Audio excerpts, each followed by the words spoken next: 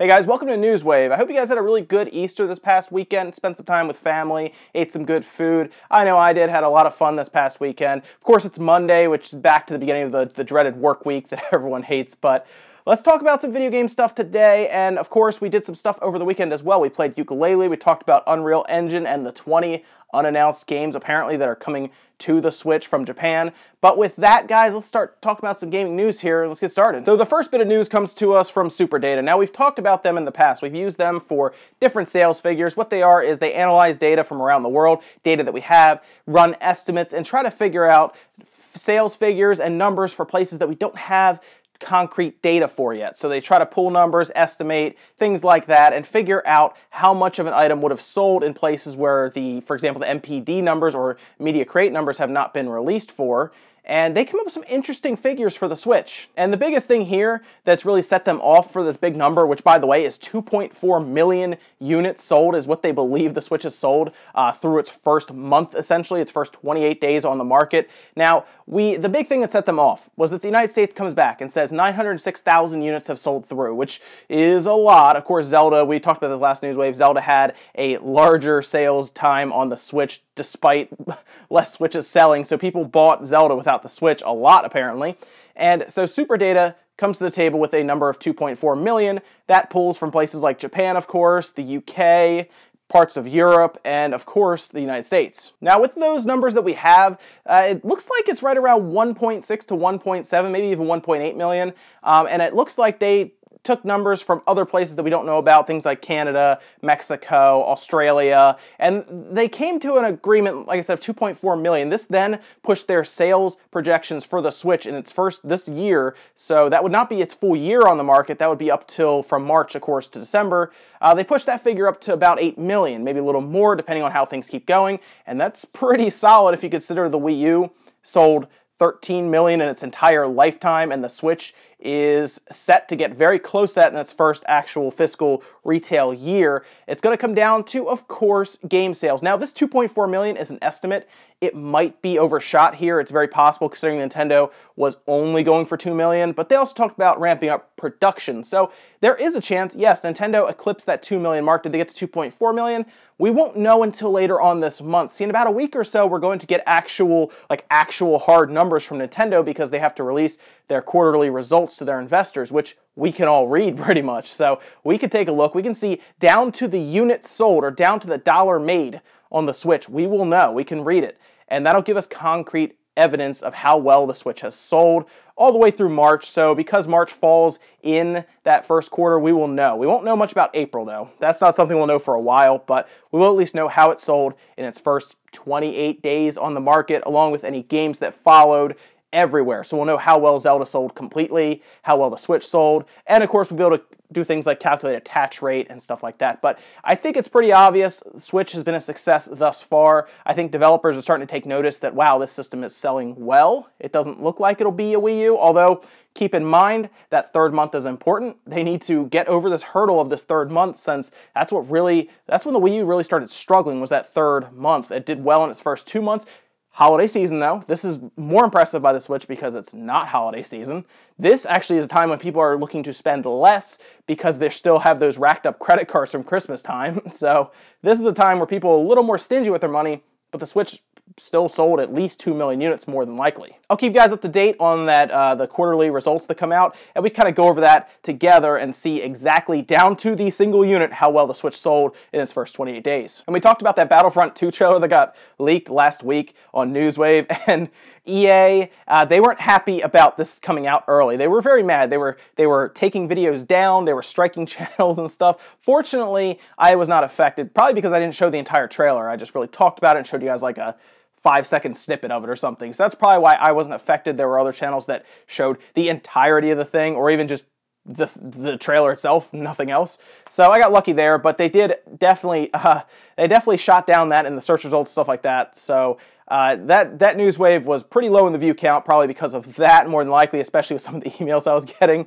But it doesn't matter because now the full trailer, it's over 2 minutes long, is out. We have a lot of information about Battlefront 2 now, and you know what? It's looking a lot better right now than the first one, which lacked any content really other than just the initial shooting portion of the game. No real story or anything, and this one looks to fix that. So what they did was, well, at least their initial plans was to release this trailer at the Star Wars Celebration event that happened over this past weekend or so, probably from like Thursday to Sunday, somewhere in there, because they also did a trailer for The Last Jedi, which we'll talk about. But they did show us a bunch of stuff for it, and they even broke down that you'll be able to do things like play as Darth Maul or Luke Skywalker, Kylo Ren throughout the entire story mode. But the big thing here is they are making an original story for this game, so they're not going to try to drop you into, say, I don't know, any events that already happened in the movies. We are having a full story written for us, and in fact, it's actually stated right on their website. The game website itself says, "Forge a new path as Indin Versio, commander of Inferno Squad, an Imperial Special Forces unit equally lethal on the ground and in space. Encounter many of Star Wars' greatest characters in a story of revenge, betrayal, and redemption that spans 30 years. Also, did you read that? It says Imperial. So we're playing as the bad guys technically, which is kind of a cool idea, kind of a perspective flip. We always want to play as the good guys, right? I think it's a little more interesting at times to be on the other side of that world, especially since that lore is so massive and so fleshed out. There's so much going on either side, whether you're a fan, obviously, of the Imperials or you're the Rebels. Either way, there's stuff happening either side. It's a large war. There's Sith, there's Jedi. It's fun being either of them, obviously, but it's cool that they're going this route where they're going to play a character that maybe has things like changes of hearts throughout, much like how Finn did in this last Star Wars movie that we all saw. So you never know what could happen. I look forward to it. I hope it's actually a well fleshed out story. I hope the gameplay was okay, though. The gameplay wasn't bad. I just think there was more they could have added to it, such as going from land to space like we could in Battlefront 2. But there's still a lot of stuff they have not shown us. I will wait and see the rest. I'm just happy to know an original story is coming that we can hopefully latch onto and play offline as well. And we can play by ourselves, play all the way through a really cool story. I love when original stories are made in the Star Wars universe, just because it gives us more to that universe. Oh, and we do also have a release date for Battlefront 2, November 17th. Look for that right now, PS4, Xbox One, and PC. Jumping from there, during that Star Wars celebration, they did also show us a full trailer for the new Star Wars coming up that's going to launch, or at least release, in theaters December 15th, and that is Star Wars The Last Jedi. I showed an entire trailer that looked awesome. They had Luke Skywalker talking through, saying the Jedi should be abolished and all this stuff. You have Rey fighting with a lightsaber, Kylo Ren is there, Finn, Poe. They pretty much just go through and show you that everyone's pretty much back. They even had a shot of Carrie Fisher, so this is really, really cool. I'm looking forward to it, of course, as a big Star Wars fan, the continuation of the series going through. And while the trailer did not tell us a lot of what's happening, we at least know that, of course, Luke and Rey are going to be training as we figured they would be. But there's still a lot more we have to see. I don't want them to spoil anything, obviously, in trailers. They did not spoil much in the first one. Every time on the every other. So in this case, the bad guys should win in this movie, since Empire Strikes Back and Attack of the Clones, course, they win. So this should be one where, of course, the bad guys win somehow, whether somebody dies. I think a lot of people are pointing to Luke somehow dying, which would not be good because he was super powerful in any of the, if you read any of the books after the Star Wars trilogy ended, that they kind of did the extended universe, Luke Skywalker pretty much became a god at some point. So I would go and just look at excerpts online because people almost make fun of it because of how powerful it becomes.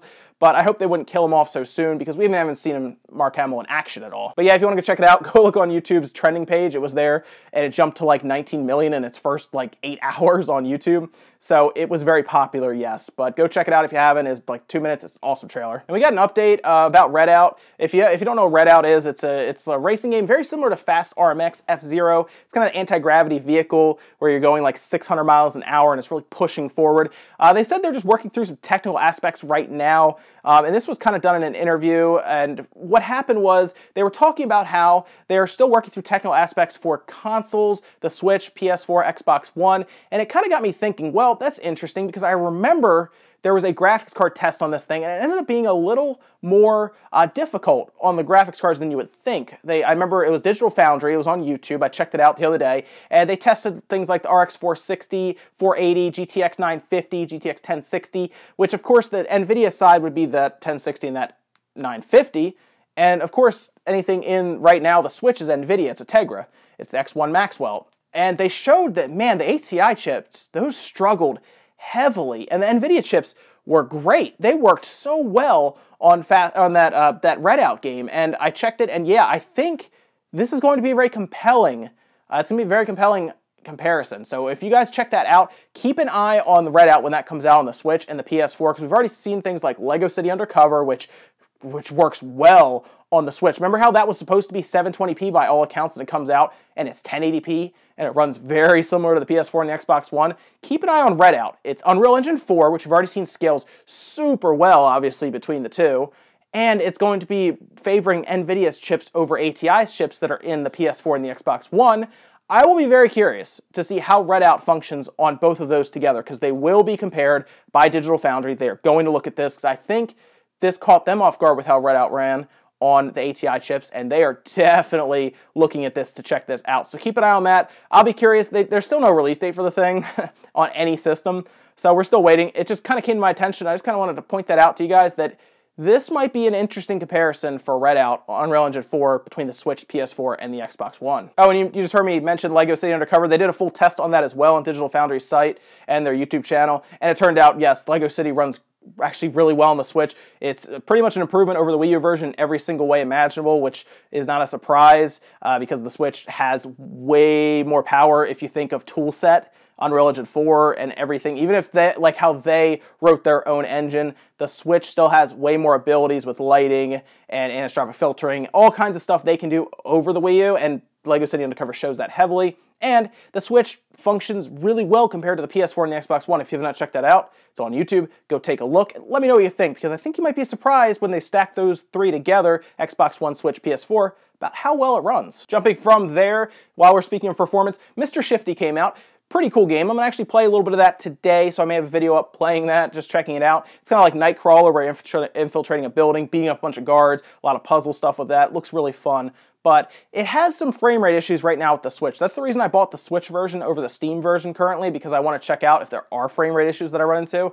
A lot of YouTube videos are showing this, though, which is interesting. Now, apparently it runs on Unity, which a lot of developers have said Unity has had some issues being ported to the Switch currently, mostly because it's a new platform and it's not set up specifically for Unity like it's set up for, say, Unreal Engine 4. This is interesting because, of course, the developers just have to talk to people on Twitter. Most developers really need to get a PR person on the phone and have them go over their tweets before they send them out, because they did not make Nintendo fans very happy with some of these comments. So this was on Twitter the other day. A fan came to them and said, hey, we want to give you our money. I really want this to work. I don't want there to be a lot of frame issues. What can we do? Are you fixing this? Because I want to give you my money. And here's what Team Shifty decided to respond with. There's always the Steam version smiley face. They're telling them, hey, go buy the Steam version. Don't worry about the Switch version. It has issues. Don't worry about that. Go buy it on Steam. And of course, fans were not happy. They tweeted back in the nicest way that possible, said, no, we want it to work well on the Switch because it's a system we want it to play on. It's a portable one for us. If we wanted it on Steam, we wouldn't be asking you about this. And of course, this had the CEO of Tiny Build there, had to do damage control in an AMA, and he had a few things to say. So he comes out on the AMA and says that, oh, things happen when you have a new platform. We have to get this all worked out. We're going through looking at all the frame rate issues, and we're going to address them and fix them for you in a patch. That's all they had to say on Twitter, right? That's, hey, we're working on it. There's a patch coming. We're sorry for the frame rate issues. That's all the tweet had to be. But of course, I don't know if they were trying to be smart about it or just say, hey, go buy it on Steam. I don't know what to tell you there. But of course, from there, the CEO did the right thing and essentially apologized. He said, some things were said that shouldn't have been, and we didn't do a good job with communicating here. I hope this post brings some context to what's going on. So there you go. At least he comes out and says, hey, we're sorry. We want to be as straightforward with you as possible. I think someone like United Airlines probably could learn from these guys. But it's a smaller team with Tiny Build, and I appreciate them coming out saying this. Sounds like they're getting it worked out, guys. It's a Unity thing. I understand it's a new platform. It's not set up specifically for Unity like Unreal Engine 4 seems to be for the Switch. So let them get it worked out. I think they will, and after the frame rate's all done and fixed, I think Mr. Shifty will be great on the Switch overall. And that's it for Newswave today, guys. Make sure you comment, like, subscribe, all that good stuff. Let me know what you think about anything we talked about today, whether it's the 2.4 million estimated Switch sales. Let me know if you think that's actually a thing, if they have sold that many,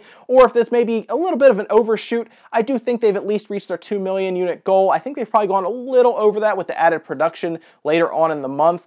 And at that point, it's a success for anywhere over 2.1, 2.2 million in its first 28 days. Is pretty good. That's a pretty big deal, and that tells me that going forward with the better games like Mario Kart coming out, they will continue to do well. Splatoon 2 will sell obscene amounts of Switches in Japan. I can tell you that now. Maybe not as many in the United States. Definitely a lot in Japan. Very, very popular there. Let me know if you're excited for Battlefront 2 or The Last Jedi. I know most of you guys who are probably watching this are excited for Last Jedi. That's it for now, guys. I will see you next time.